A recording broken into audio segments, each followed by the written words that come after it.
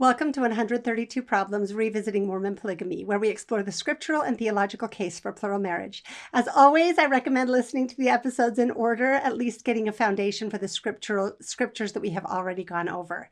The next two episodes are going to be a series of helping us understand the ongoing problems of polygamy today, really getting in and understanding life on the ground, what polygamy is like for people in the world today. I think most of us have a very theoretical understanding of polygamy, or we think about it and imagine it. So we are going to talk to people who actually deal with it on a day-to-day basis. This episode is with Flora Jessop, and her story is powerful and profound. I hope that you will all strongly consider buying, listening to, or reading her book.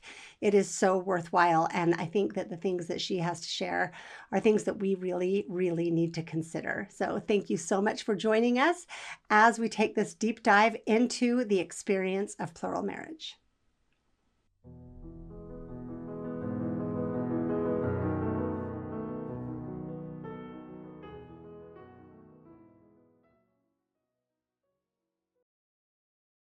Welcome to this episode of 132 Problems. I am so excited for this episode today to introduce you to truly a legend in the fight for human rights in our generation. This is Flora Jessop.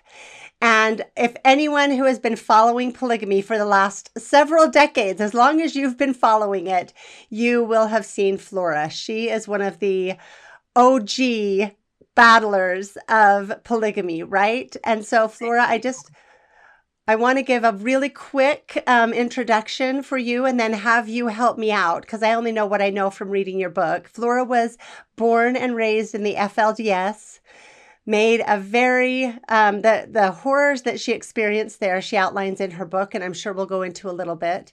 She made a daring escape and lived a rough life, as so many people who are broken to that extent in their youth do, and then grew up to become someone who has given her life to saving other people, is how it looks to me, to fighting what you see as such a awful situation that so many people are born into and raised in. And anyway, Flora wrote a book, I think it's called Church of Lies. I'll put a picture of it. And I have to say, that is a tough read, but so valuable. It really goes into detail. I guess we should give a trigger warning for anyone who's triggered by things like sexual abuse and other kinds of abuse, because it's really real and raw. But man, I found the value in that to be profound. It was so good. It was such a good read to understand what happens to so many people. So I highly recommend that book. I'll have a link to it. And then we'll talk as we go on about some of the other things that Flora has done. But really, Flora, how many decades have you been doing this work? Well, I got into seriously fighting for the women and children about in the late 90s, early 2000s. But honestly, I fought against this my whole life. Your whole life. Okay. You know, polygamy is not, it's not fun. There's nothing good about it. There's nothing good comes out of it. As female and even as male, you have to lose your identity. You have no self to live this lifestyle. Okay. So let's go into this, because the original reason I had reached out to Flora that I wanted to talk to you was one of the main defenses of polygamy in the LDS culture, or main defenses of that we have to believe in polygamy, is the testimonies of women. They say you have to believe the women. And so Flora and I had a brief conversation before where I told her my altered perspective on Joseph Smith. And I know that's brand new to her. And you do not have to agree with me on that. We don't have to go there. That's okay. But even just to believe in polygamy, that it's of God, we have to believe all of the women that testified of the truthfulness of it that was made known to them. And then also their testimonies of Joseph Smith is something else I'm looking into. So I'd wanted to talk to Flora about, tell me what polygamy does to women, and if it's true that polygamous women always tell the factual truth and we should believe them, factually. And then as we got talking, I realized this conversation is going to go so many more places. So, to start out, can you kind of tell me some of your experiences growing up? And I will specify, we are talking about FLDS. And it's easy in this day and age because we know about Warren Jeffs to say, well, the FLDS are the bad ones. There are so many better polygamous groups, and Mormon polygamy wouldn't have been like that. They're just bad because they're doing it when God doesn't want them to. So as we talk about it, I want to really address some of these, I would say, fallacies and errors of Absolutely. thinking. So can Yeah. you tell us a little bit of your experiences? Well, the first thing I will say is coming out of the plural lifestyle as a child born into it. I didn't come out of it hating men. I came out of it hating women because women are the enforcers and women are the brutalizers. The domestic violence in these homes is not from the men to the women. 99% of the domestic violence is from woman to woman because of the jealousies that they are not allowed to address, feel. You are not allowed to have emotion. You're not allowed to have your own feelings. Those jealousies come out as violence against the other wives and against the other women's children. It is not unheard of for men to take, say it's my mother's birthday. He'll take his other wife out and celebrate with her rather than my mother because it's a power trip. It's a way of making sure that your emotions, it's supposed to be non-favoritism, but are so many layers of a hellish environment to this lifestyle that you can't even fathom unless you've actually lived it. But for anybody that's listening, if you think that this is a good thing, close your eyes just for a moment and imagine what your life is right now. Imagine going to bed at night and listening to your husband through the wall while you lay in bed alone, make love to another woman, your mother, your daughter, your sister, your best friend, somebody you don't know. Get up in the morning and be happy she's part of your household. Could you do it? Wow. Yeah, you talk about that in your book in ways that are just incredible. It's The not, it's not fun. It's not easy. There's nothing about this that if this is eternity, nobody, I guarantee you, no one wants to live it. Not the men or the women. Okay, so I like this that you're making the point that it's not that polygamy done well is godly, and it's only when it's done badly that it's hell. Polygamy is hell. Polygamy Polygamy. is hell. You do not have the right to emotion. If you show emotion, you're causing chaos in the home. Therefore, you must be punished for causing chaos. Therefore, it is your fault if you are sad or depressed or if anything. The emotions are not acceptable. Even happiness is not acceptable because it's an emotion that is a strong emotion. If you have happiness, the other side of happiness is sadness. Therefore, you can't have happiness because then you have sadness on the other side of that. So no emotion. You must smile. We call it the keep sweet smile because it's just a facade that you have to show to the outside world or you are punished when you get home. You always Uh, must keep that smile on your face so that it's the persona or the mirage that everything is fine in the family. and people can't be trained out of being themselves and out of their feelings. So what I'm hearing is it's not that you are so trained at keeping sweet that you just don't feel anymore. It gets so buried that it comes out in toxic other directions against one Absolutely. another. You have to also realize that in shutting off emotion where you're intimate life is centered in that direction. You're also going to be shutting off emotion when it comes to your children, when it comes to anything in life. So it separates mothers and children from bonding. There's a whole other dynamic that, and I think this is partly why the children in polygamy have such a hard time with connecting with people and feeling isolated a lot and feeling alone, because there is so much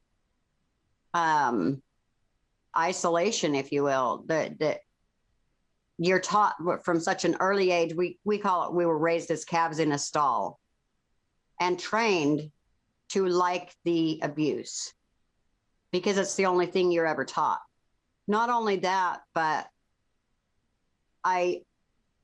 after I left home, and I didn't realize there was so much about the dynamics of the culture that I learned after I left. Like, for instance, when I'd go back to town and I would see the families, and you have 20 boys and 20 girls in this family, all the little boys, their hair's uncombed, their clothes are ill-fitting, but every single one of those little girls are perfectly groomed with all their pretty little ruffle dresses, and they are paraded out, little ducklings following their mommy down the street. And it always hit me of, this is what the whole aspect of this is, showing what I have to trade, because they trade their daughters for wives.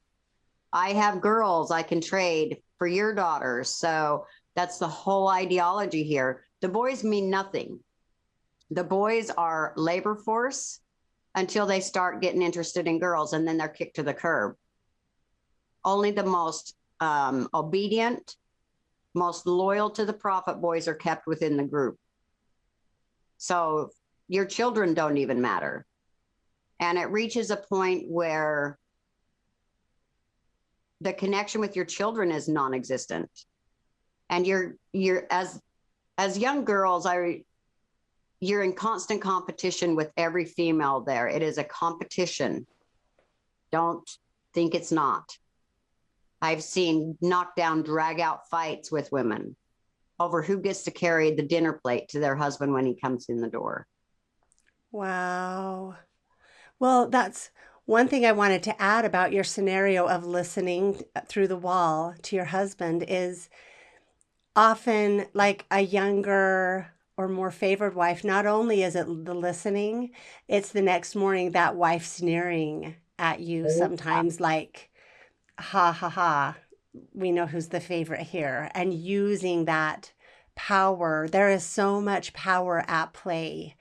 And Yeah. right, like you're constantly insecure, unsafe, in battle, filled with shame. It's that hierarchy of where do I stack. If I'm at the top, I'm gonna demean the others and use that to my advantage, and if I'm at the bottom, I'm hopeless. Well, and there's another aspect of that too, and that is always the fear of another new wife coming into the family.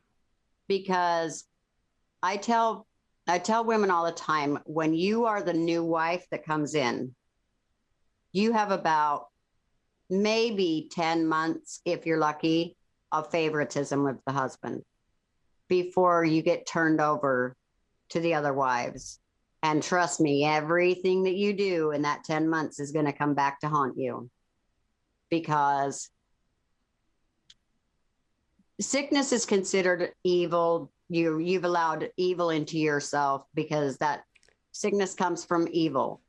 So you're So, blamed if you get sick. well, not You're only that, blamed. but he doesn't want to catch whatever you have. So you're left at the mercy of the other women. Okay. So, there's so many aspects of it. Not only that, but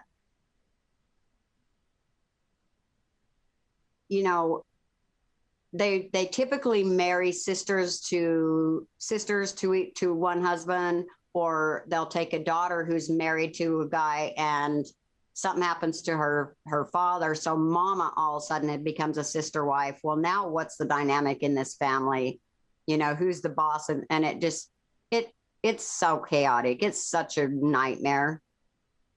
It is. It's so strange because it grows out of this idea of family is the center is central to God's plan and eternal families, and it makes a mockery of the idea of marriage and family because there is no stability, there is no joy, there is no peace, there is no lasting sense of belonging and development. It's just so evil. It really is. The thing that comes out of polygamy, the only thing that's, I think, halfway decent that comes out of it is the kids tend to bond together in a way that, I don't consider just my mom's kids my brothers and sisters. I consider all of my brothers and sisters my brothers and sisters. They're all my family. Mm-hmm. But at the same time, do I consider their mom my mom? No. She's my aunt. My mom and my other mom were sisters. And I think that it's that way a lot in the families. That, and you have so many you have siblings that are so much older than the younger siblings, and you have the older siblings are having babies that are the same age as your brothers and sisters. Well, it's even more extreme like that. There can be 30 and 35, 40 years difference, not even in a normal 20-year Right. gap. Large Absolutely. family where they don't even know each other. Yeah. Yeah, it's crazy. And, not only that, but there's so many people that I've talked to inside of polygamous cultures. And I know people inside in the Kingston group, in the All Red group, in all the different groups. I've worked with families from many, many different groups. There is no difference in them.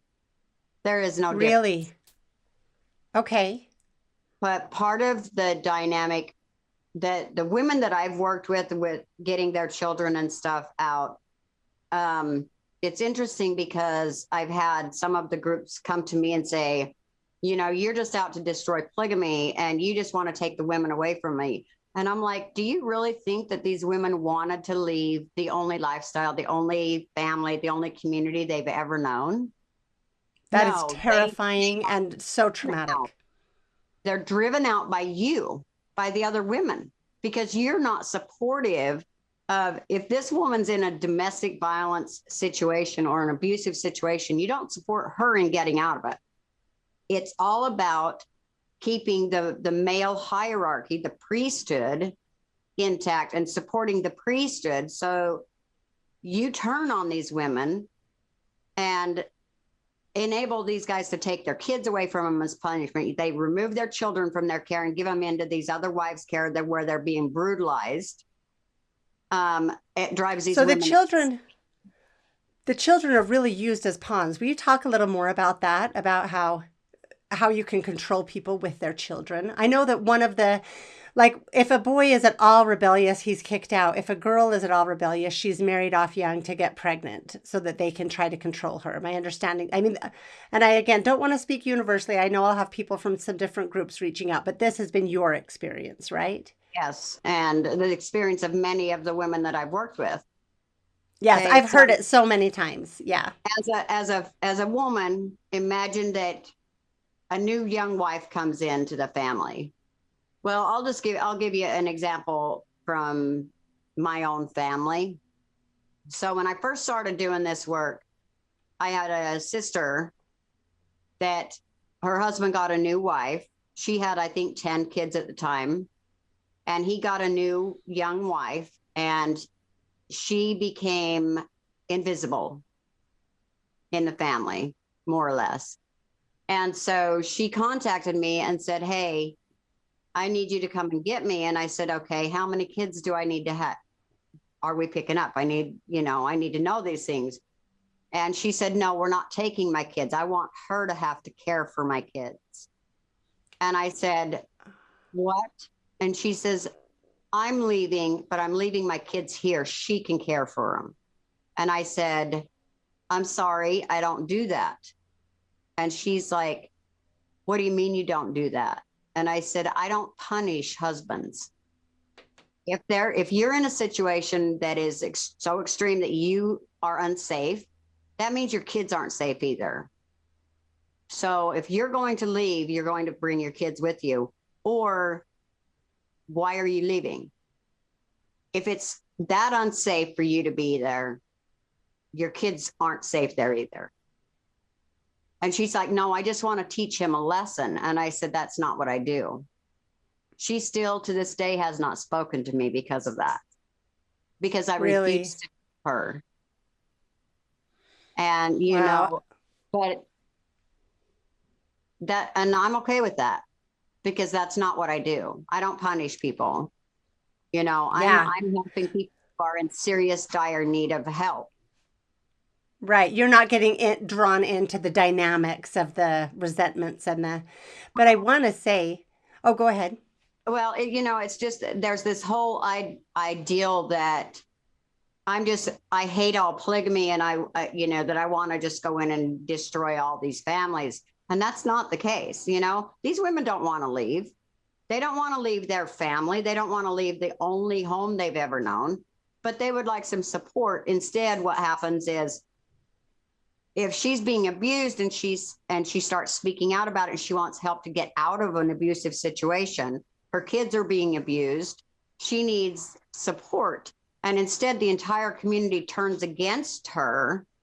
And you have the other wives become passive aggressive in their abuse to where they will do things and cause situations where they will get these women so emotionally distraught that they are out screaming out of control, just not they're not thinking straight.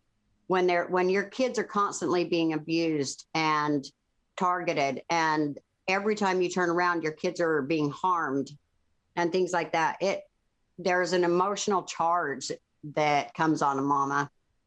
And when these things happen, what happens is they'll take the children as punishment and give them to the women who are abusing them.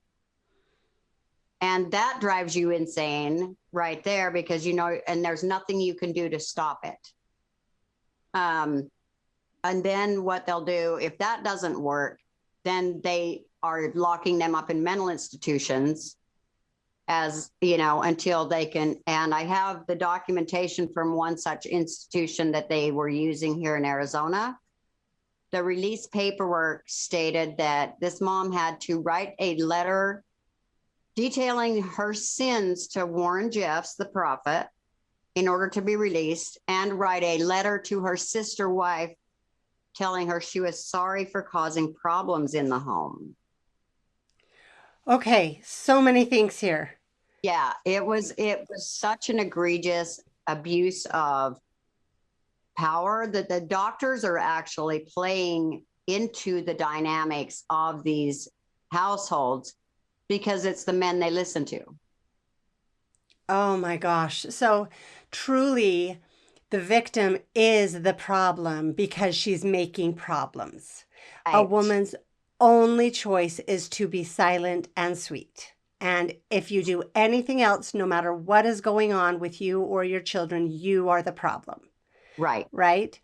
And this system, like this makes like just normal narcissism look like nothing. Like the whole Absolutely. system Yeah. is psychopathic and narcissistic Oh to yeah. where I know I mean, I just happened to be listening to something this week, and I did some more studying that women tend to have relational aggression. They have all of these reasons looking at it from animals and how it comes into human culture that men tend to be like just outrightly aggressive. They'll just fight for what they need and then they can make up really quickly. This is what the studies all show. Women have different methods and tendencies. women, it's generally not safe to be outwardly aggressive. So instead, they are underhandedly aggressive, and their enemy, their woman that's an enemy, they destroy her social standing. Like there was a woman that was there. It's a case study of a woman that was kidnapped or sold to some native community. And so she was, and a girl came up to her with with some food and said, "You can either eat this or give it to someone else," pretending to be friends. And so the woman took a tiny taste. It tasted awful. So she set it down. Someone else ate it and then died. And that Wow. new woman, they said, oh, it was her that put it down. So she was chased for her life out of the tribe, right? Like that's a perfect female aggressive move. This new girl, this new woman is coming into my tribe. I'm feeling insecure. So I'm going to do something so I can falsely accuse her or just like you're saying, like I'm going to do. Was it in your book or were we talking about the woman whose children were sick and the pets? Was I talking to you about that or was it in your book? Yes. Okay. So But like you'll her actually so mom you think had a baby with a feeding tube, and the sister wife kept letting the animals in, and they were licking around this feeding tube, and it was constantly giving the baby an infection. And she begged him, please keep your cats my part of the house. And she would open the door every day and let her cats in there to get on this baby and lick around that feeding tube. And so this woman finally loaded all the cats up into her vehicle and drove them out of town and dropped them off out of town. And so the sister wife ended up calling the police and stating that she had tried to kill all the animals. So now she was going to try and kill her children. And that was the first time she got institutionalized. okay, so this mother had special needs children, which you said are very high. There are a lot of special needs children born in polygamous communities because of all of the inbreeding, right? And so Yes. the doctor had warned you have to keep this clean. This feeding tube has to stay clean. And I think didn't you say the sister wife was having a hard time getting pregnant? So she was very resentful. So she Oh, was intentionally like letting the cats jump into the baby's crib. Like it's not yes. just you have a grown woman and the first wife working against you in your home in your desperate efforts to keep your child alive. And you're given a pile of work to do and you have your other children, so you can't just spend all day protecting your child. So you think your baby is safe asleep in the crib, and the sister wife has put the cats in the crib with your baby, Right. right? That was the situation basically. And And more. then when that woman finally lost it, and didn't they have just like the woman that couldn't have as many children started collecting cats, right? And so it's her own home anyway. So they drove the mother of the baby with the feeding tube ended up being institutionalized. Yes. Because the sister wife was telling the Just husband she's crazy. I don't know. It's yeah. just And because by the time the police got there, of course, the aggressive sister wife is calm as can be, and she's just right. laughing behind her hand, going, "Oh, look at her! She's out of control. She is crazy. I'm telling you, she's crazy. This is what I have to deal with all the time." And this woman is just mad as hell and scared as hell for her baby and emotionally distraught. So now all of a sudden it's blows up into this whole thing of, you see how she acts like this all the time. So you have the calm, passive aggressive enforcer sitting there making it look like, oh, she The just is. mother is just This is so they handcuffed her and hauled her to the institution. oh. And that leaves so her baby that she's been desperately trying to keep Now left at healthy the mercy. now goes to the sister wife that wants her dead. Like, Yes. oh, see, that's such a palpable example of what you're talking about. That it's like you can't turn your back for a second because you don't know what's happening to your children, including much worse things like the sexual abuse, the rampant sexual abuse from fathers and Correct. brothers and You know, in when I first started fighting against or for the women and children in 2000, in the early 2000s, the age of the predator within polygamy that we dealt with at that point was an adult offender. When I stopped fighting for women and children up there about 3 years ago, the average age of the offender we were dealing with at that point was 6 years old. That is how embedded within the community that the sexual abuse is. What happens is you have an adult that comes in and sexualizes children. Once that sexualization occurs, those children turn around and prey on younger children, and then younger children, and then younger children, to where now the average age of the predator within these communities is 6 years old. How is I see it's hard for me to even call a 6-year-old a predator because they're just doing what they don't even understand. But it's the only way I know to state the facts of what is happening. And can we help these kids? Absolutely. Absolutely we can. But we have to take the right steps, and we have to do it. You cannot do it with secrecy. You have to expose it. You have to talk about it. You have to deal with it on a day-to-day basis. You have to recognize the cycle that comes on these kids, and you have to openly deal with things. And unless you do that, you'll never break that cycle. But you can break the cycle.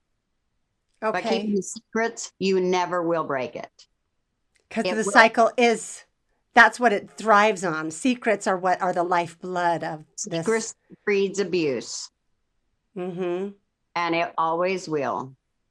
So if you have something that's, you know, any type of abuse like this, that you think that within your family, and you think it's a better idea to not let everybody know because it's such a shameful thing or whatever, you are helping him create victims or her by keeping their secrets. Shout it to the it's not your exactly. Tell everybody, because the only way to protect victims is if people know that this person is capable of these things. Please watch your children and don't leave your children alone with them. So there's a lot of cases where we know of sexual abuse that has occurred where we have not been able to get convictions. Getting convictions is it's so hard to get a conviction, especially if you have child victims, because the courts are, the system has become so adept at re-victimizing victims. Okay, let's talk about that. Like, share your story. There's so many things I want to talk about, but you finally escaped, which is unthinkably courageous because you were raised being told they want to kill you. They're Satan's spawn. They're demons, right? In addition, you have no skills, you have, like, it's this terrifying world that you have no idea how to function in. Things were so bad with your father, right? And your situation that you finally braved that. And what happened? Well, I had reported the sexual abuse. Let me take a step backward. My maternal grandmother was my best friend, and she could tell something was wrong. She knew something was wrong, but it took her a couple of years to get out of me what was happening. And when I finally told her about the abuse, she confronted my dad and was dead 2 days later. She was on. Wait, your grandmother was dead 2 days after confronting your dad? Yeah, she was on kidney dialysis, and they put so much salt in her machine that it crystallized in her body when the solution went through her.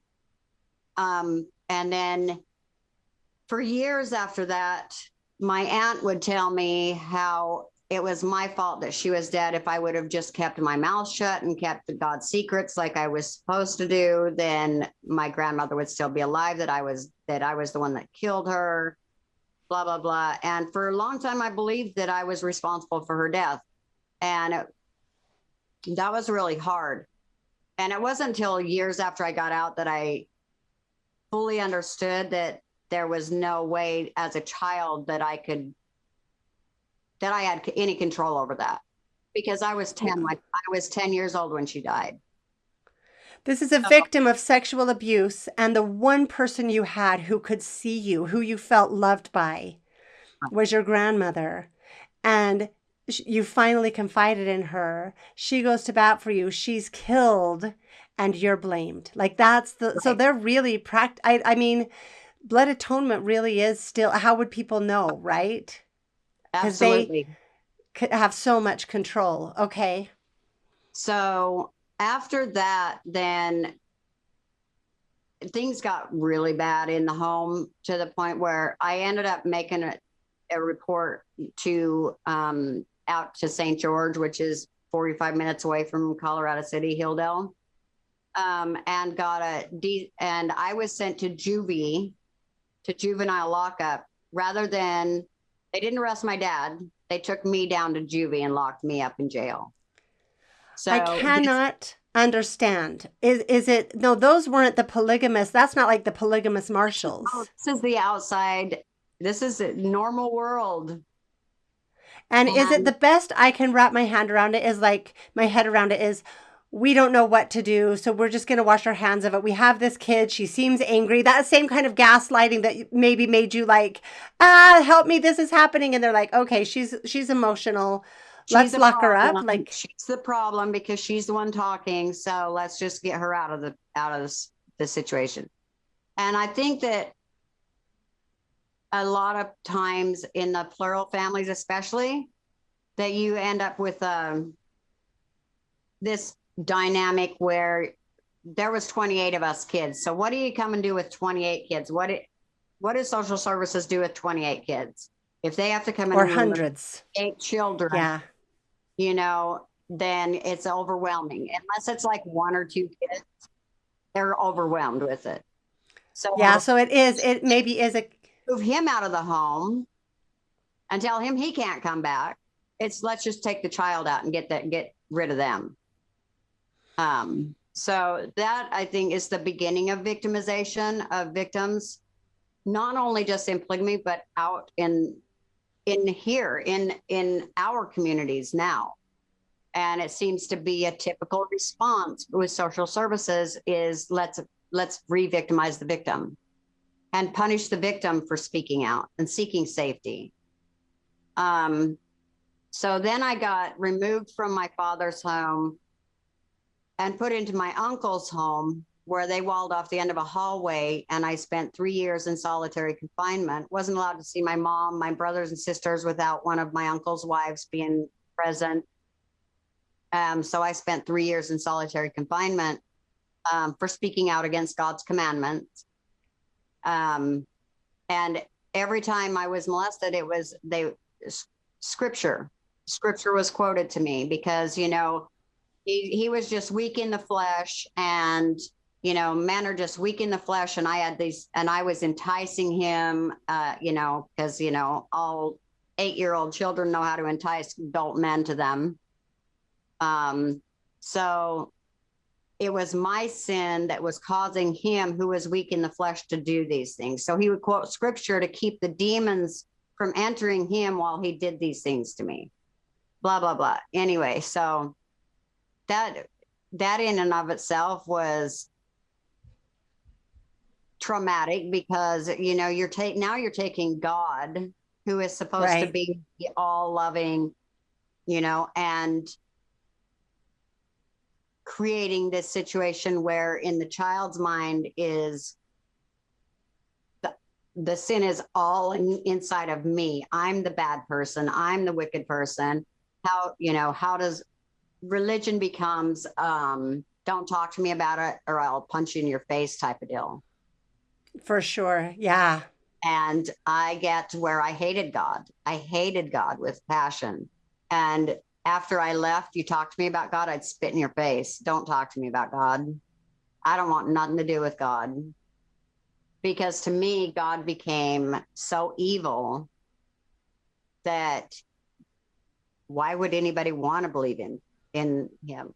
Or, you know, and it That's a was big part of why I'm doing this, because I feel like the greatest evil is to do evil in the name of God. It really does. I It's think the majority of religions out there, because I've studied after I left, I got to where I went around and studied like a lot of different religions, like Christianity, Catholicism, Judaism, Islam, Mormonism, all of it. I wanted to know what is it, which church is right? What is it that draws so many people into believing something that is to me has been turned into something so evil? And I came to realize that religion is man's way of controlling man. Men have taken on the role of God to control mankind through religion. So you have men standing up at the pulpit stating, this is the way that you are supposed to do it. And if you don't do it like this, then you are going to be punished. Instead of stating that, believe you don't have to come through the church to believe in God. You have your own faith, your own relationship with God. Believe in that. Believe in the relationship you have. But no, we have religion that teaches you don't have a relationship with God. The church does. And you must come through the church to get to God. And and I think that what you experienced is some of the most extreme correct. versions of that, because So, I am sympathetic to community and to oh, I like believe in community all the way. But I think that hmm people need to stop thinking the church is what's going to bring them to heaven, because right. church is just a place for like-minded people to gather. But hmm religion has turned into must go through me. You must bring your sins to me, your sins to me to heaven. Man has control over the church. God doesn't. Man is in hmm control. Give me your money. I need your money because I need a huge house and fancy cars, and I need a bank account with $10 million in it or whatever it is. While you struggle to pay your bills and feed your family, then I need to have all of your money brought to me so that I can live a life of luxury. Well, let's And talk about that, because that seems to be a universal in polygamy. And it's like, that's across the board. That's not just polygamy, that's everywhere. right, right. But I think go ahead. That's just all religions. That's not standard for any one religion. I think people need to go back to faith in themselves and their own relationship with God. Yeah. Yeah, but I do want to talk about it in regard to polygamy, because to me it was just fascinating when I started to see in the Book of Mormon King Noah and Riplakish, and they tax the people for the support of their wives and their concubines and their palaces and their right. Absolutely. And I haven't yet figured out how Brigham Young is different from that with what he was doing. And certainly the modern polygamists, the Kingstons, the Jeffs, I'm not as familiar with the abuses in the AUB. I don't know what's happening in, the All Red group or the Centennial Park group, or, but some of these examples. Talk a little about kind of how you were raised. You even just talk about the squalor, the smell, the unfinished electrical things everywhere with 28 kids and no Oh, food. I knew families that would go out and gather the gourds, the weeds, the blossoms off the gourd plants, and that was a feast to these guys because they had no food. Struggling to feed that many children was just it was tough. Especially during winter months when you didn't have the fresh garden and stuff like that. So Well, and you talk about having what, like 30 people living in a home with one or two bathrooms, and how they are just filthy and black oh because God, there's yeah. So bad. So bad. Bathrooms were so bad. Yeah, you have all these people crammed in together into these spaces. The houses are not finished. There's no time, there's no ability, because what happens is when you're given a wife, you're given a plot of land to build a house on, but you still must do tithing to the church. So now you have a wife and babies coming along. And so you slowly piece together this whatever cardboard house you can piece together. And some guys had more than others and was able to build nicer things or whatever. But for the most part, the majority of what you gave to the church. And then the storehouse would give you back what they felt like you needed. So then they come down to the welfare system, which we all knew it was called bleeding the beast, because we were taught that Satan controlled the world outside of town.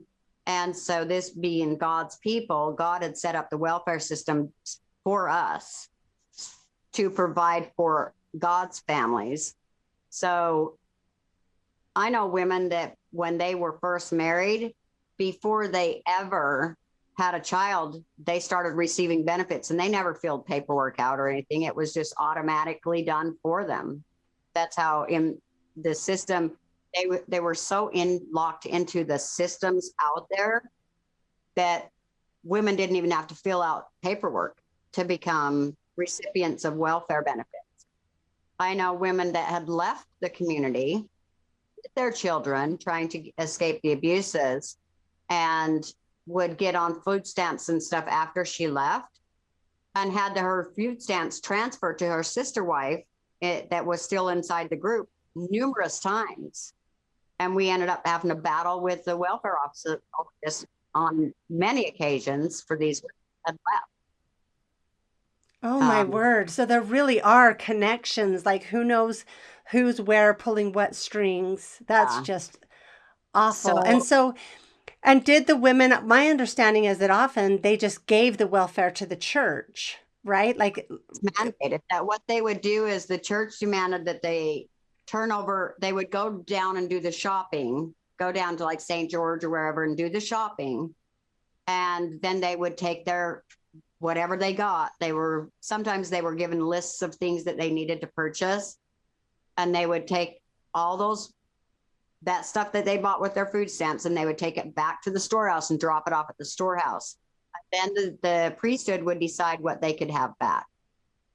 uh, So the food stamps weren't, I mean, I know guys up there that were collecting $30,000 a month in welfare benefits, because each wife, they claim benefits as single mothers. It's not, so you have, say, 60 kids in the home. Each mother is claiming benefits for her children as a single mom. with no income. Mm-hmm. It's no cap. There's no cap on the benefits for these communities. Like, I know here in Phoenix, there was a time when they limited the amount of children you could collect welfare for. And then they had the welfare to work program. So I think there was a limit, like you could collect for 3 children, and then you couldn't, even if you had 5 children, they didn't give you more benefits than that. So these women were able to collect 10 kids each. So, which is interesting because everywhere else there was a cap on it, which I don't know. Yeah. Never did understand that. I do. I find myself wondering, because listening to so many of your stories, I don't know if it's like it's hard to make sense of. There's something really, really wrong. It really is. And I mean, look at when they had the big welfare blow up there in Colorado City. These guys were buying new trucks. They had evidence of these guys on video going in and the welfare benefits coming out there and stuff. It was crazy.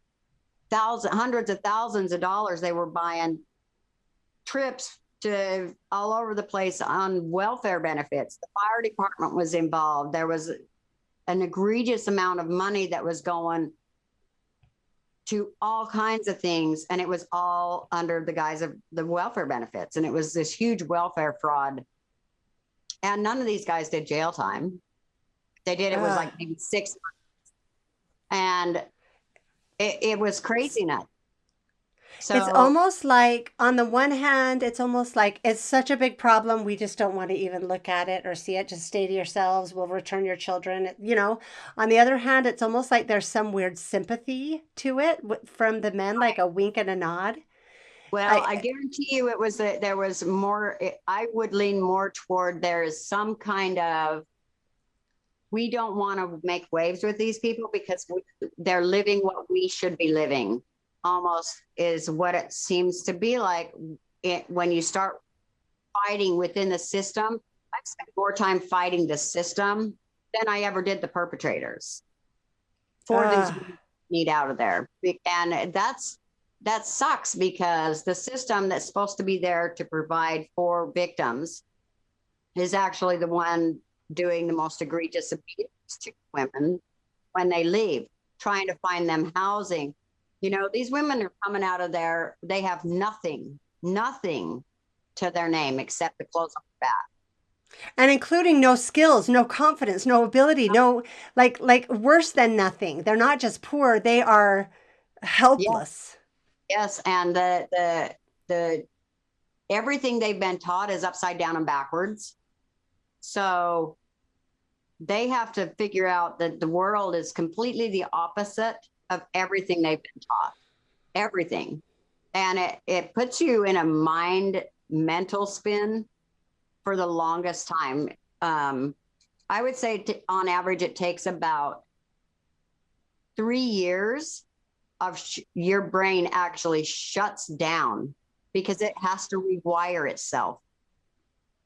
It's a phenomenon that's crazy to watch when the women and children come out of there, because it's like they don't, it's almost like they're infant children that are trying to cope in a world that they're supposed to be able to survive in.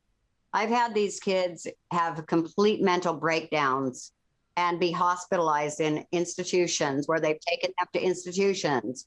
And then the doctors get a hold of us and tell us that they want to medicate these children because it's obvious they're in a drug psychosis.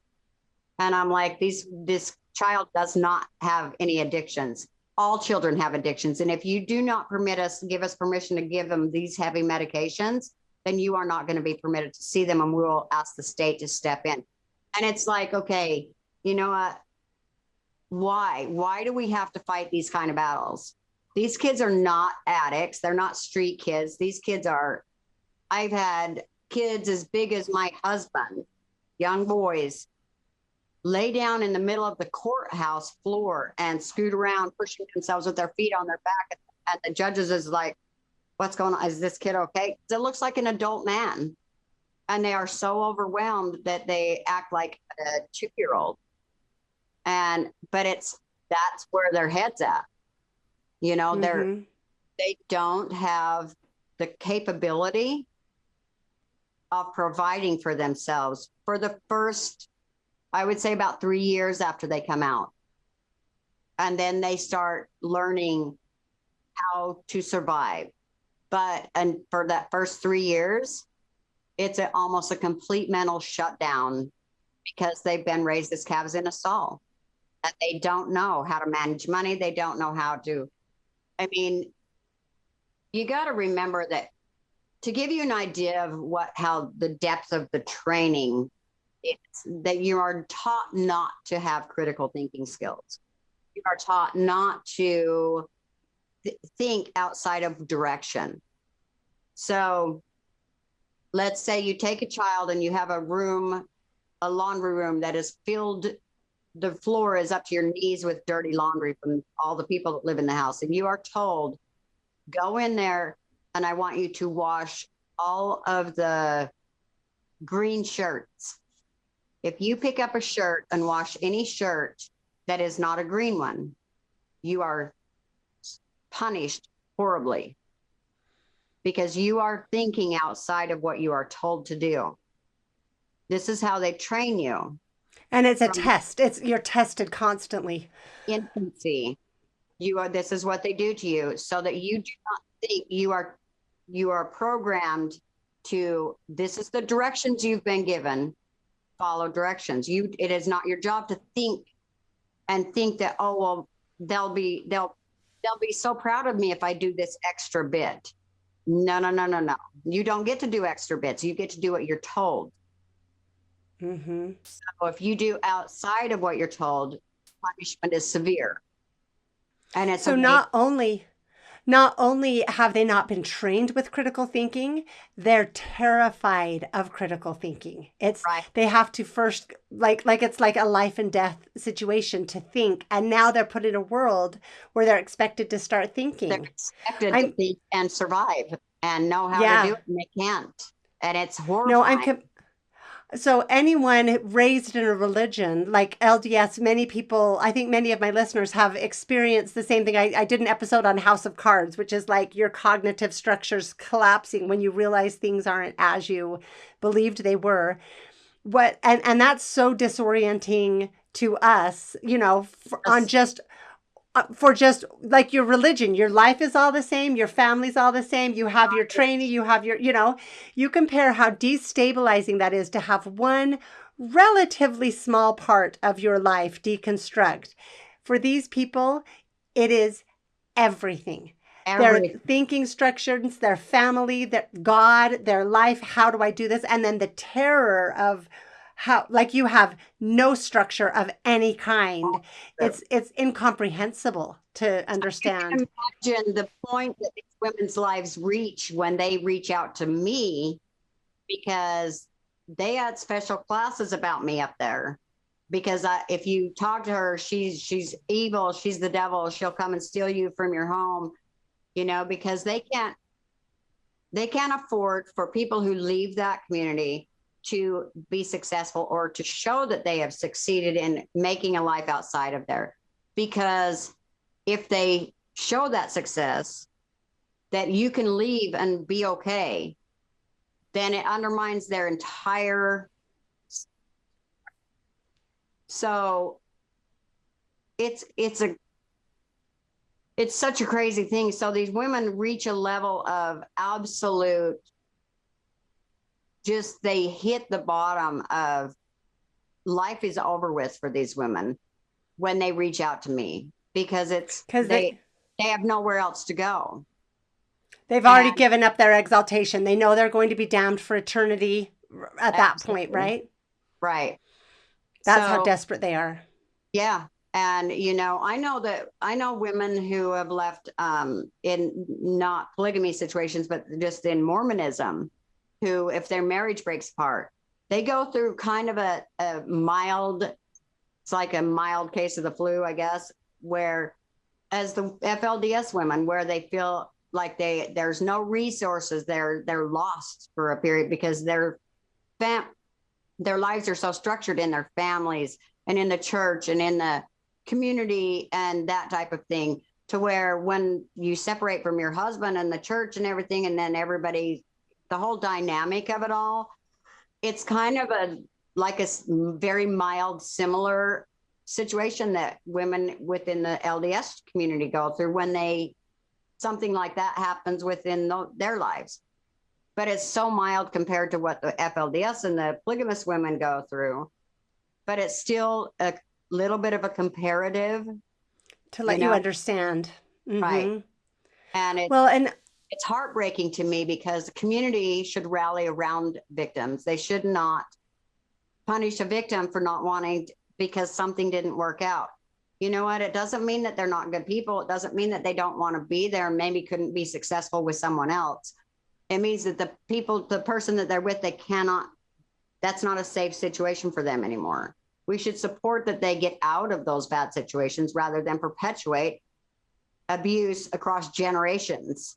absolutely. Absolutely. It's so hard to know how to address these problems. I want to ask you, 'cause I brought up before this idea that we all are raised with, well, of course it's, a nightmare because God doesn't want them living polygamy. So they're doing it when they shouldn't be. Like our ancestral polygamy was beautiful and godly, and they're not supposed to be doing it. So Okay, but yeah, I want to talk about that. I have thoughts too, but you go first. let me throw a thought in here really quick. God never said, don't live polygamy now. The federal government did. Exactly right. The federal government came in and was going to confiscate church holdings. So they issued the manifesto that they would not live polygamy on the land until blah, blah, blah. That wasn't God. I'm sorry. And I don't care who says it was. It was the feds coming in and saying, we view this as a form of enslavement of women and children. So which it is. And we are going to confiscate all church holdings unless you stop doing this, which is what happened. So God didn't say, don't live it right now. So whatever that argument is within the church dynamic is such a wrong idea. You're okay. Thank you. That's exactly right. First of all, if we look into the actual life situations of the polygamists in early Utah, it was a nightmare. It was a nightmare, right? I've told this story several times. Right from the beginning. My great grandmother experienced exactly what you're talking about, where the sister wives got together and got her husband, Anson Call, to kick her out, divorce her. They kept all of the children and she was kicked out. Right? It was never, the helpless girls were given away. They were, it was always a nightmare. Our early history was a nightmare. And God never rescinded it. Joseph F. Smith or Lorenzo Snow, right, had Wilford Woodruff. Oh my gosh, I'll write it on the thing. I think Lorenzo Snow had the impression of, if we don't stop this, it's going to completely destroy the church. So they stopped it on its face, but they kept it going, right? They kept it going in secret. Right. Because they thought that Brigham Young said both about racism and about polygamy. If the church changes this, if you ever stop polygamy, it is not the true church anymore. It is not the church of God. It has to be carried on for eternity. God has restored everything for the final time, never to be taken off of the earth. It can never go away. So polygamy never, for the leader's perspective, polygamy was never ended. And maybe that's part of the reason there's a little wink and a nod. Polygamy began because somebody got caught with another woman when they were married. And so therefore we had to have the revelation. Just saying. I think, well, you know what I think it is? I think what it is men in particular, when they get to levels of power and wealth, right? Well, and power mainly, they shouldn't have to have boundaries, right? Exactly. Like, I'm not bounded by anything, so why should I only have one wife? I want to do. Right. Just like, and in the world, I've said this before, but I'll tell you, in the world, the athletes, the politicians, the musicians, and movie stars can have an endless supply of women. But when you're in a religion, you're bound by morality. So what is needed is a justified, godly way to have. That's the morality. That's why I think it grows out of, I am in this position of power where I don't want to have boundaries. So therefore, for the rich and powerful men, polygamy is godly. That's what I think it grows out of every time. Absolutely. That's exactly what happens. Mm-hmm. Guaranteed. Yep. And then we look at the fruits that pass down, because really, what you are experiencing are still the fruits of Brigham Young and Utah, of early Mormonism. And the sad thing is that the LDS, my church, we want to claim we have washed our hands of that, but us keeping it in our back pocket as a belief validates what all of the polygamists are doing, keeps us from really getting involved, because really we should be on the forefront of helping women and children. This is our mess. This is our mess, and we're the ones with the means, with the money, with the big name. We should be the very first ones helping people, redeeming people from this nightmarish false tradition that they're still being born into. And we seem MIA. Like, where is my church in helping people? I have It's never, in tragic. all of the years that I have been doing this, I have never had any success in getting help from any of the Mormon senators. Senator Orrin Hatch had many conversations there. Nothing. He says, "Show me an abuse in polygamy, and I'll get involved." We've brought him tons of it, and according to him, that's not abuse, and it's just disgruntled housewives.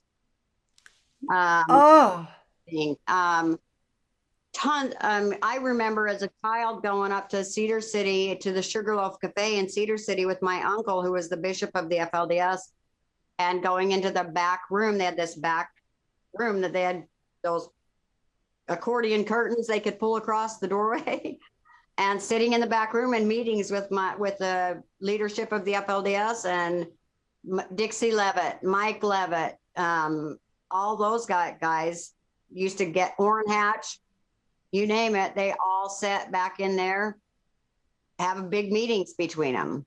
That was twice a month when I was growing up. These meetings oh my were word. so there's super duper connections. I remember Orrin Hatch coming to Colorado, seeing him preaching in our church service at one point when I was a child.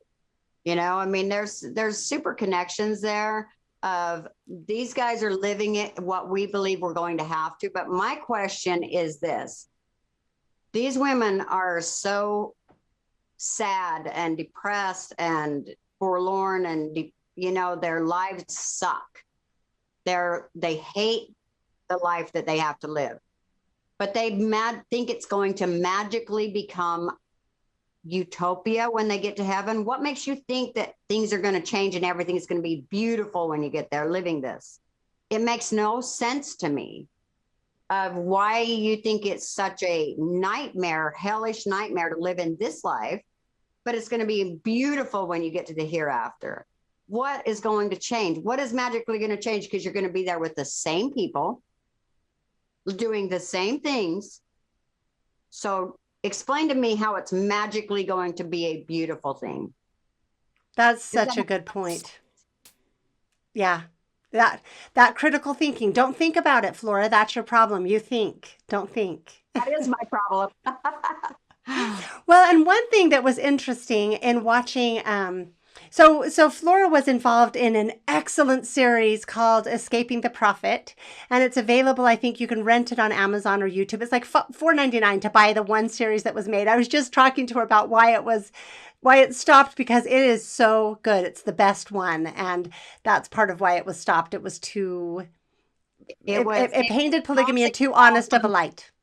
It was causing problems for them normalizing polygamy through the Sister Wives show on TLC. It was causing issues with their concept of trying to normalize plural marriage to Americans. And so when you show the reality of what's happening in these households, it kind of undermines that this is so happy and everybody should live it type mentality. And we can't have understanding what's really going on behind closed doors, because then there's going to be problems in the home. So, well, I really, really recommend renting that. I think it's buying it. It's $4.99. I wish I could just let everyone watch it, but it's worth watching those episodes.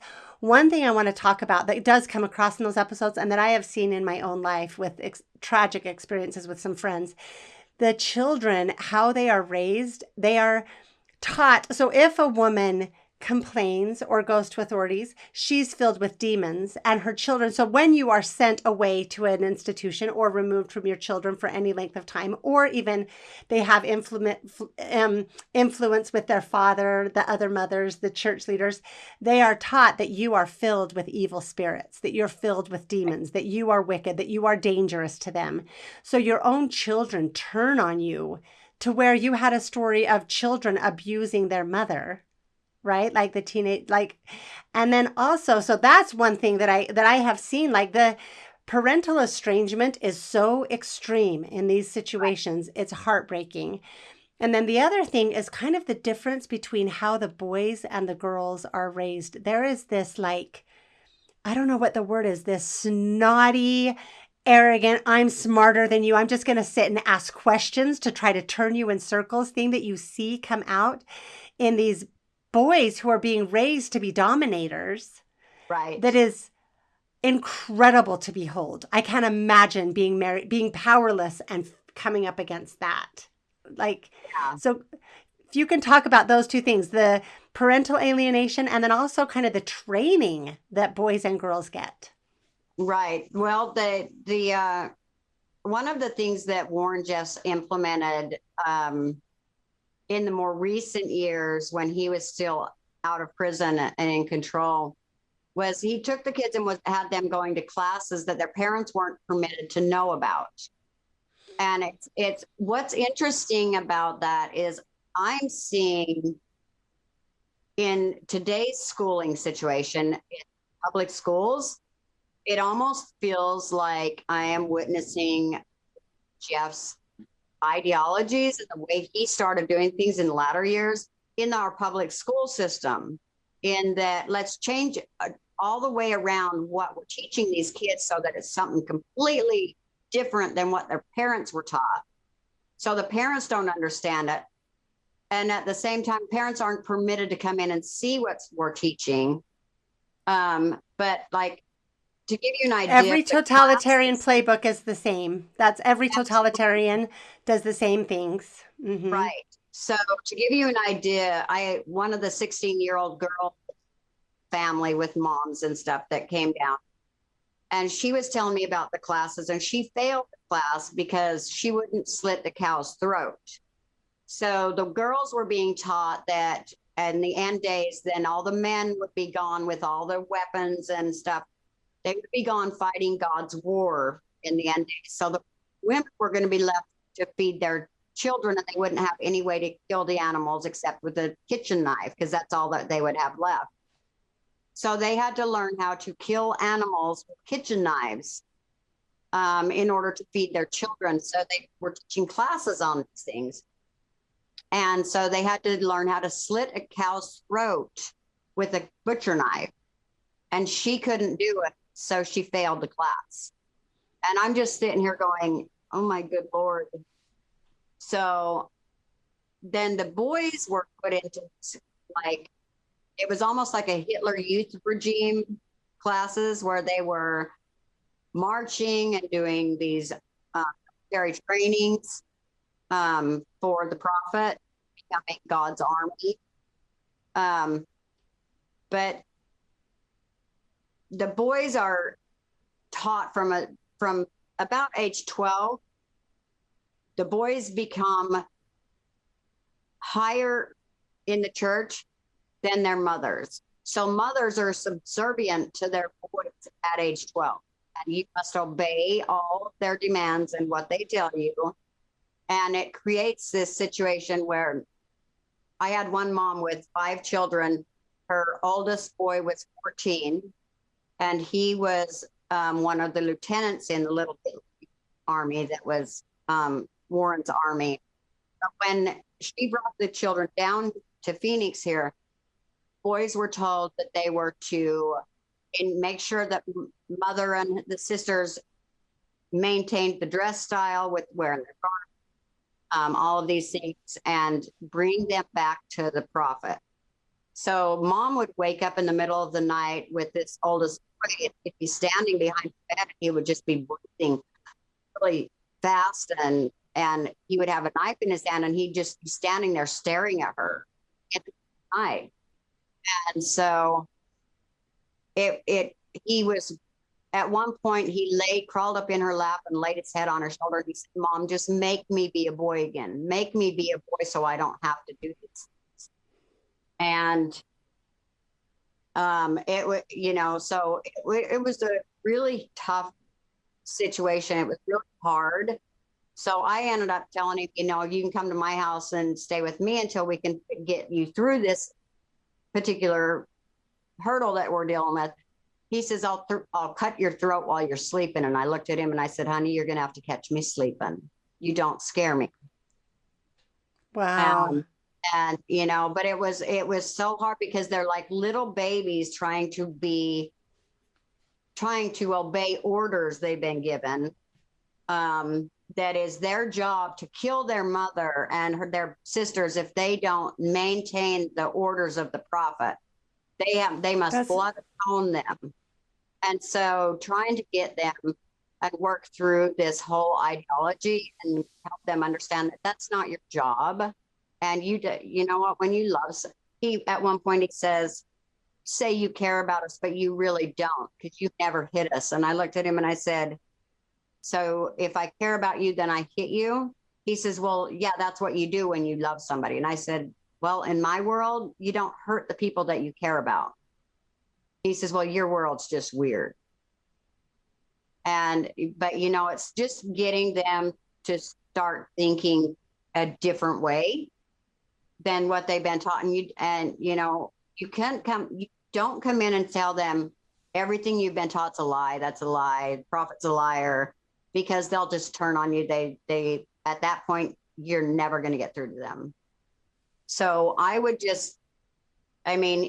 would just be so frustrated and stuff, and would just bang his head on the wall. And there were times when the house they lived at was close to one of the freeways here in Phoenix. And to give you and I don't know, this is like so spiritually profound. The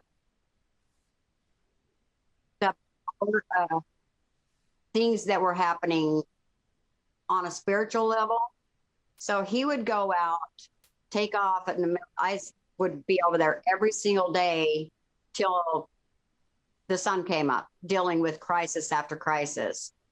The 10-year-old little girl used to tell me that one of these days I'm going to open the front door and it's going to be Colorado City, and they're going to shoot us in the head and kill us because we're weak enough. And they expected that. That was just the normal in their life, and they expected this. And this was reality to them. They would not call me in the middle of the night freaking out because they know that they saw mother so-and-so who was super abusive, other mother. I saw her in the car drive by the house. Please get over here, hurry before she hurts us.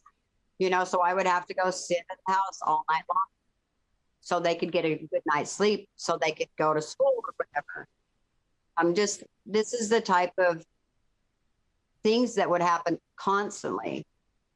Boy, he would go out, he would jump over the fence, get out on the street, would lay down on the white lines in the middle of the road. This is a massive, busy freeway here in Phoenix. And he would lay on the white lines in the middle of the freeway and just say, God, send a car, run me over. I don't want to be here. I would go out there and get in lines with him, head to head, and I would say, God, please don't send any cars to run us over. And it was the weirdest thing, because the entire time we would lay there on that road, no cars would come down that road. And I don't know how that is even possible, because there is so much traffic on that road. And he would finally get up, and we did this maybe 4 times before he just stopped doing it. But he would get up and he'd go to the side of the road, and I don't understand it. How come God answers your prayers and not mine? And I said, maybe you're praying for the wrong thing. And the minute we would get off that freeway, cars would be whipping past, and he'd be like, I don't understand any of this. And he would just get so frustrated, because why doesn't God care? Just help me die. You know, I just want to die. And I can't even lay over. There's no cars come. And I'm just like, I don't know, baby. God doesn't want you. God has plans for you, I guess. But things like just constantly happen. And then their dad would get in touch with them and stuff.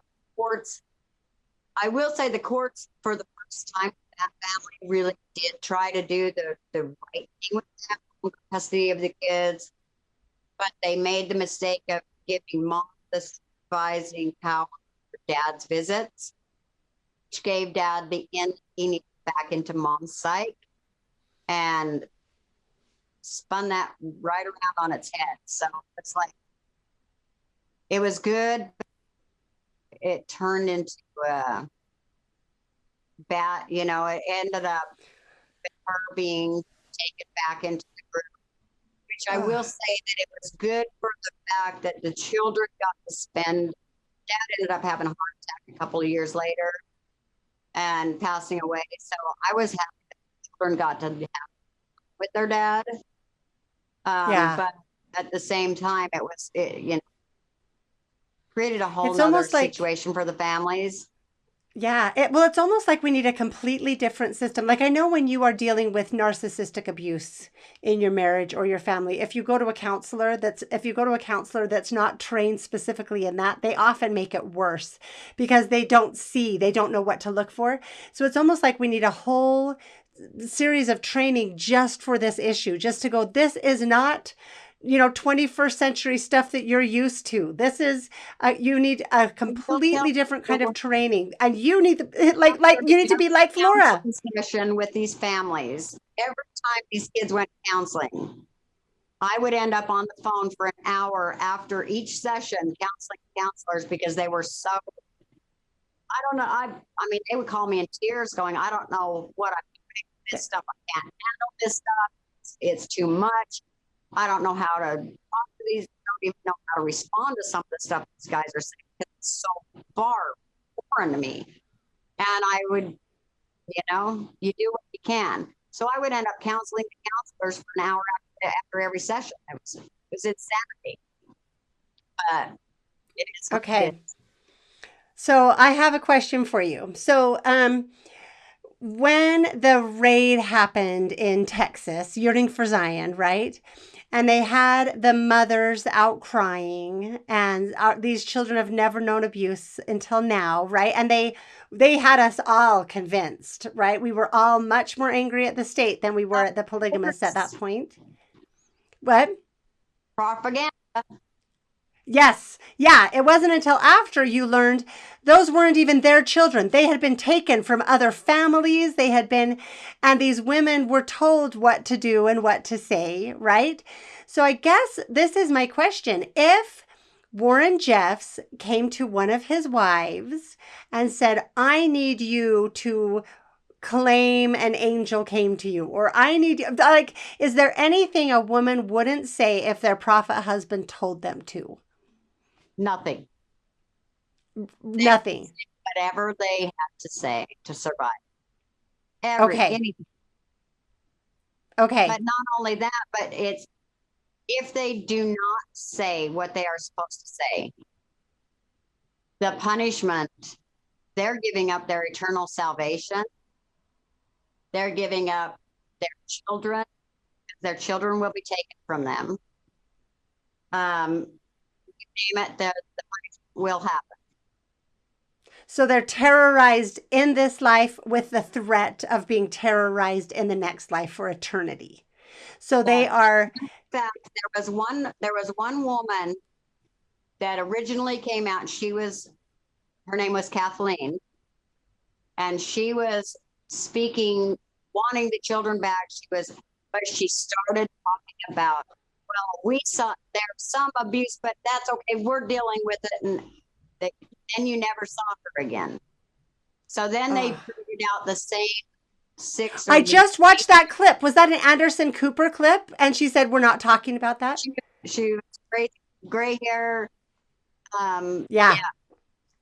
So because she acknowledged that there was some abuse, she was disappeared. Right. So that raid happened. What people don't realize about that raid is, and it's the full story has never come out because I've never disclosed a lot what's happened. But that raid, because the FLDS had some cases here in Palm County in Arizona against some of their guys. One of the women who was supposed to testify against the guys in Arizona had twins. The FLDS had taken one of her twins and was holding that baby hostage on that. She wouldn't testify.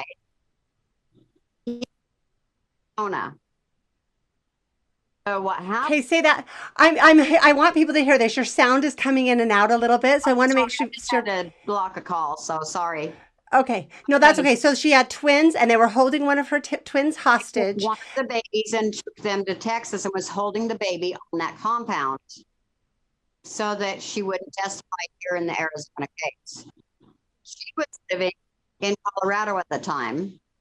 Now, the person who supposedly made the phone call to got that raid going lived in Colorado. It was a Black woman in Colorado who I was doing three-way calls with this girl. And let me tell you, I knew something was off of. I'm telling you, she had the lingo down. She knew about people. She knew what houses they lived. She had so much detail, but there's still something that I couldn't put my finger on. And it was three-way and law enforcement, everybody, those calls. But let me tell you, the reason why she had so much information and detailed information was because she was in counseling sessions with a child.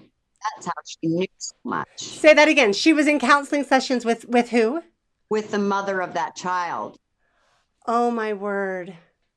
So that raid happened off of somebody who had no connection to the FLDS making a call to that home in Texas,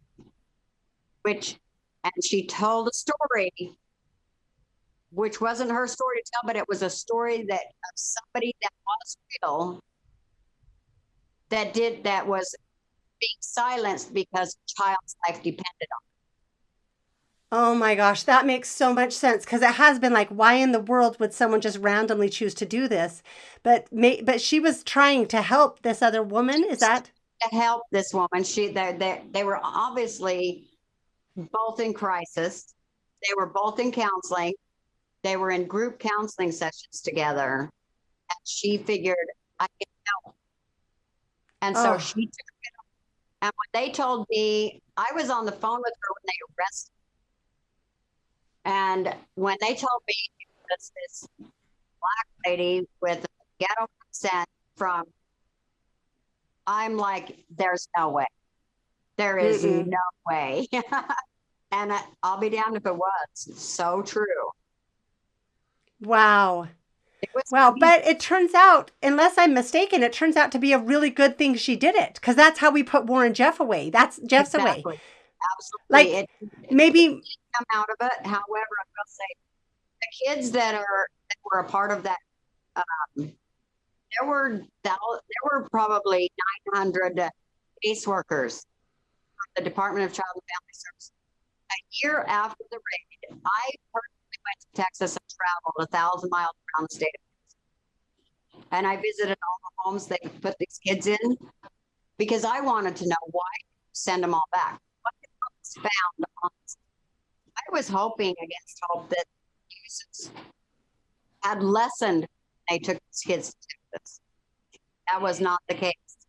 What I found out was the abuses got 10 times worse than ever in Colorado City and Hillville. These abuses were horrifying. And the homes that they had to put these kids, the caseworkers shut their mouths and process these kids turn no okay, matter say what. that again. I lost it. The caseworker said what? The caseworkers were told to shut their mouths and send these children back no matter what the abuses were. You're kidding me. And Because it was they such a PR said, nightmare, they just needed to put the ketchup back in the bottle.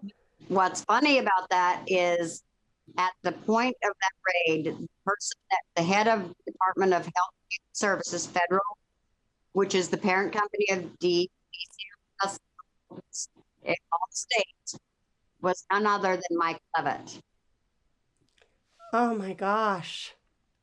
Oh my We word. were able to track the orders directly back to his office. Say that again. You were able to track what? The orders to send all the children back, no matter what their abuses, they had stuff back to his office.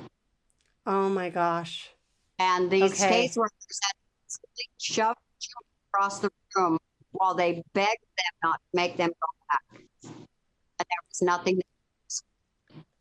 Oh my word. And we were told such a different story. And that's what was happening behind the scenes. It's heartbreaking.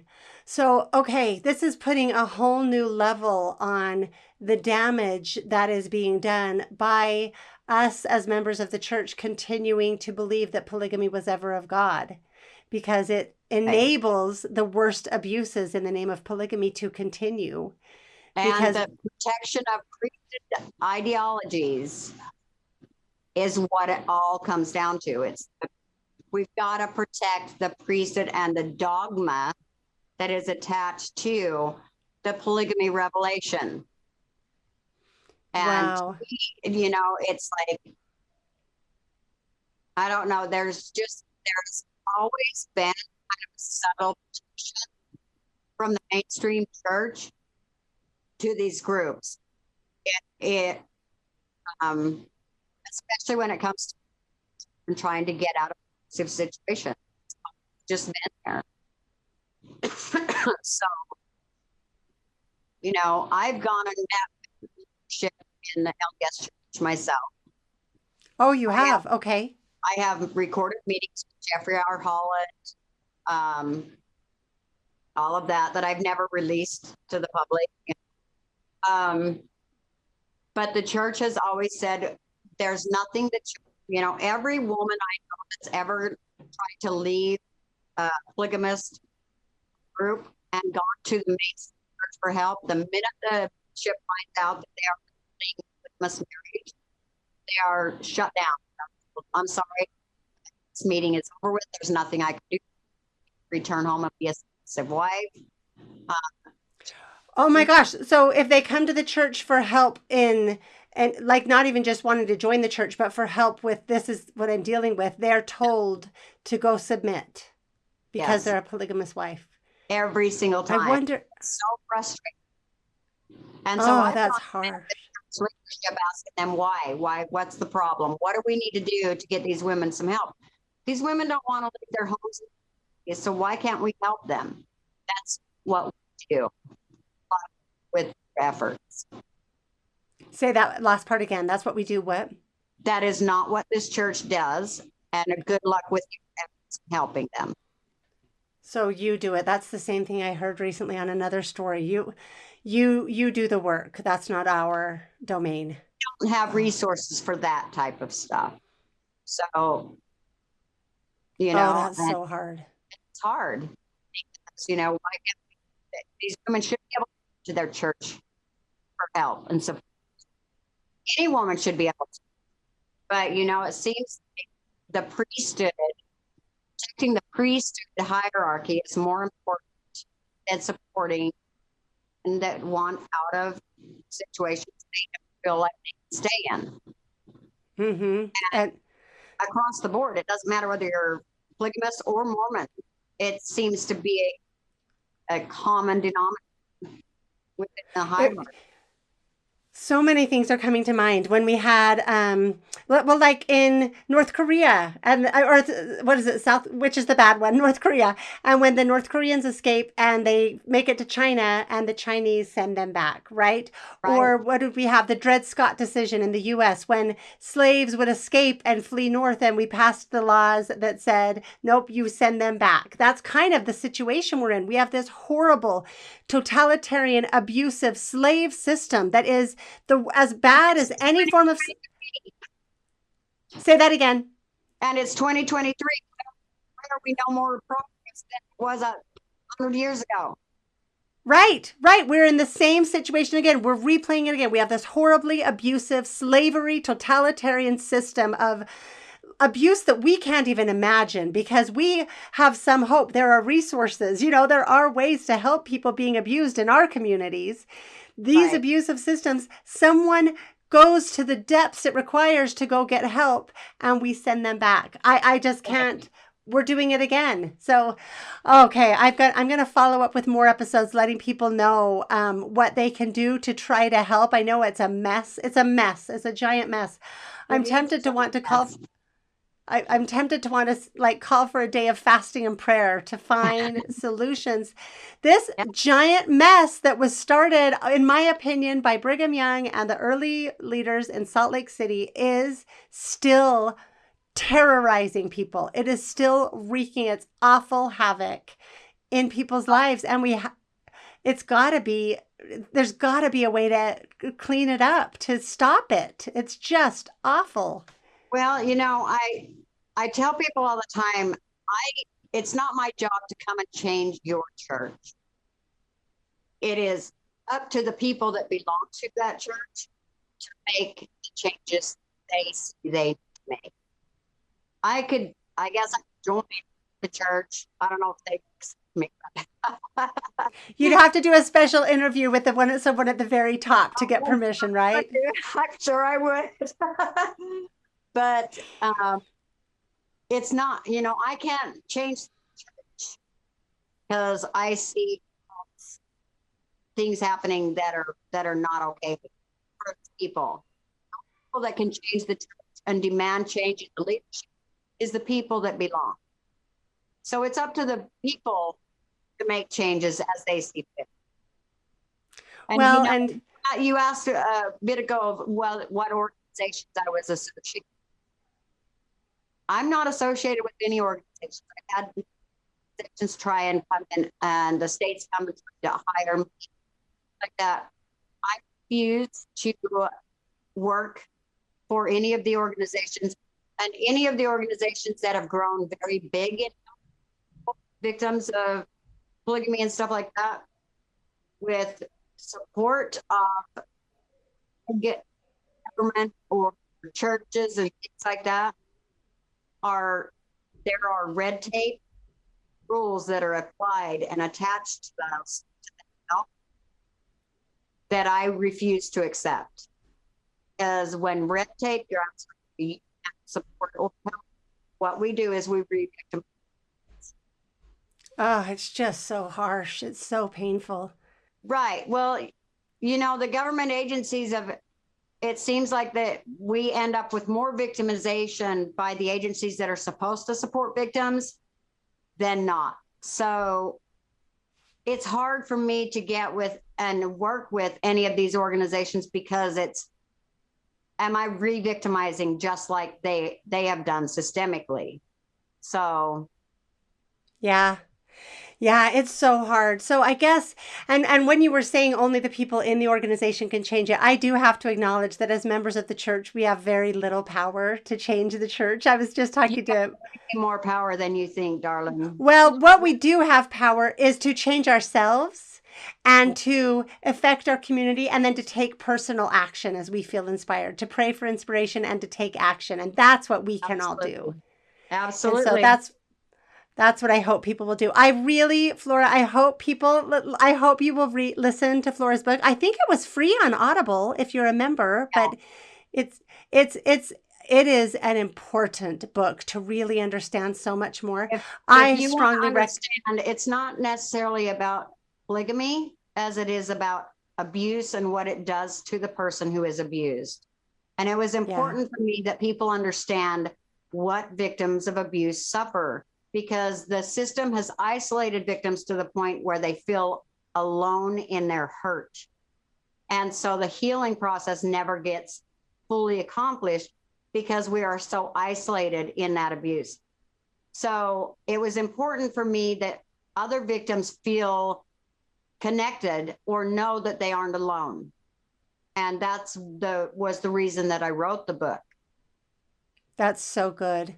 And I will say, really, these isolated polygamous communities can carry out abuse and can victimize like few of us can imagine, right? Because there just isn't any help, and everyone there is isolated. Everyone is made to feel that you're not even just, like we talked about, the child always assumes that it's their fault and they're to blame.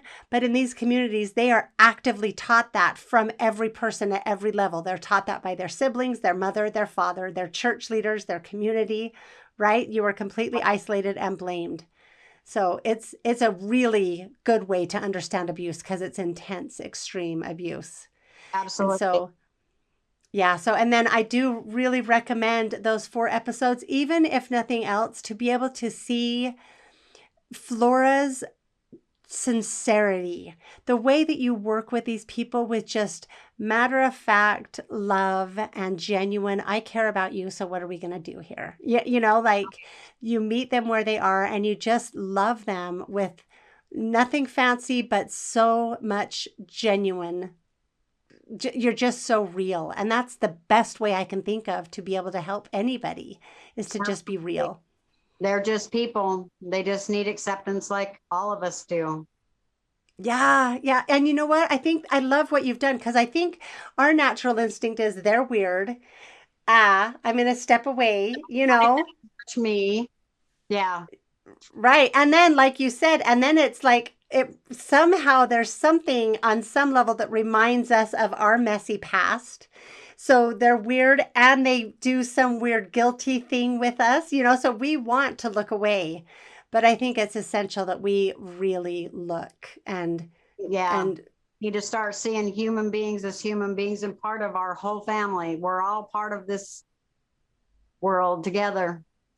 right, right. And these are our close cousins. That we don't even just have shared humanity in common. We have shared Mormonism in common. It's a lot. Right. There's a lot there. So thank you so much for bringing your story and your wisdom and Thank you compassion. for talking anytime. We can go over. There's so much more we could talk about.